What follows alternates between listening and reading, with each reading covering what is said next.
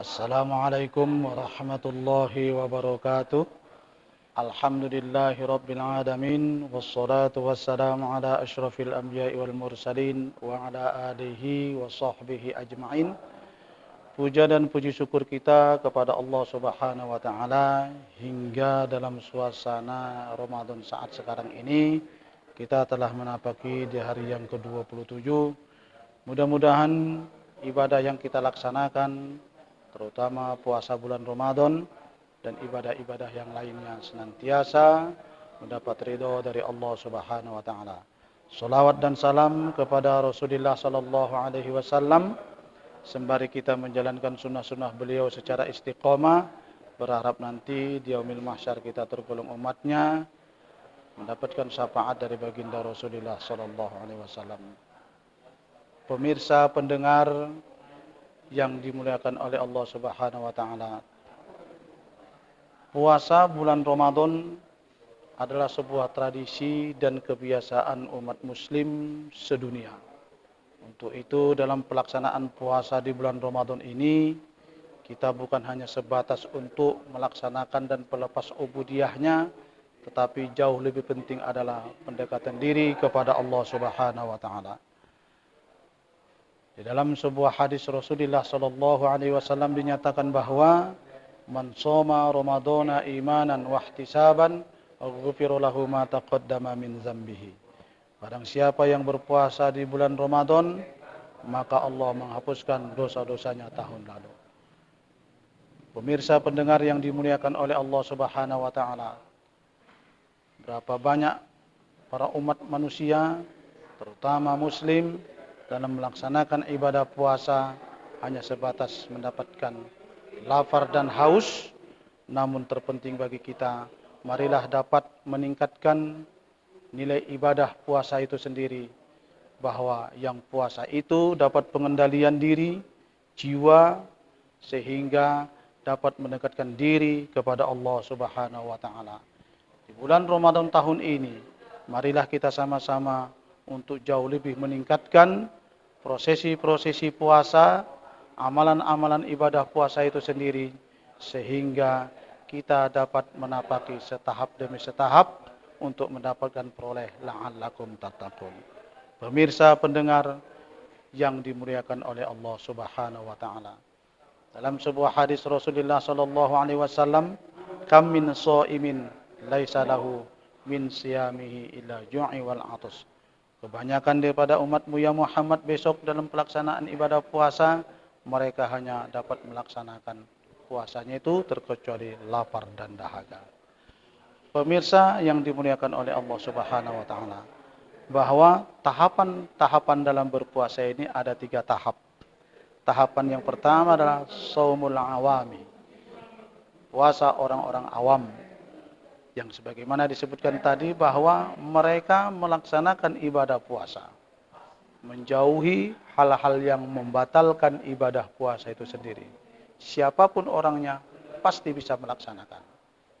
Mulai dari terbit fajar sampai menjelang azan maghrib, kita mampu menahan lapar dan haus. Namun jauh yang lebih penting adalah pengendalian diri. Nafsu yang ada dalam jiwa kita, kita kendalikan. Inilah yang terpenting. Bukan hanya sebatas membatalkan pahala puasa, bukan hanya membatalkan ibadah puasa, tetapi yang membatalkan pahala puasa itu sendiri juga harus kita ketahui. Tahapan yang kedua adalah shaumil khos, puasa orang-orang yang khusus. Yakni mereka bukan hanya sebatas menahan lapar dan haus, tetapi jauh sehingga mereka mampu mengendalikan, mampu juga hal-hal yang membatalkan pahala puasa mereka jaga.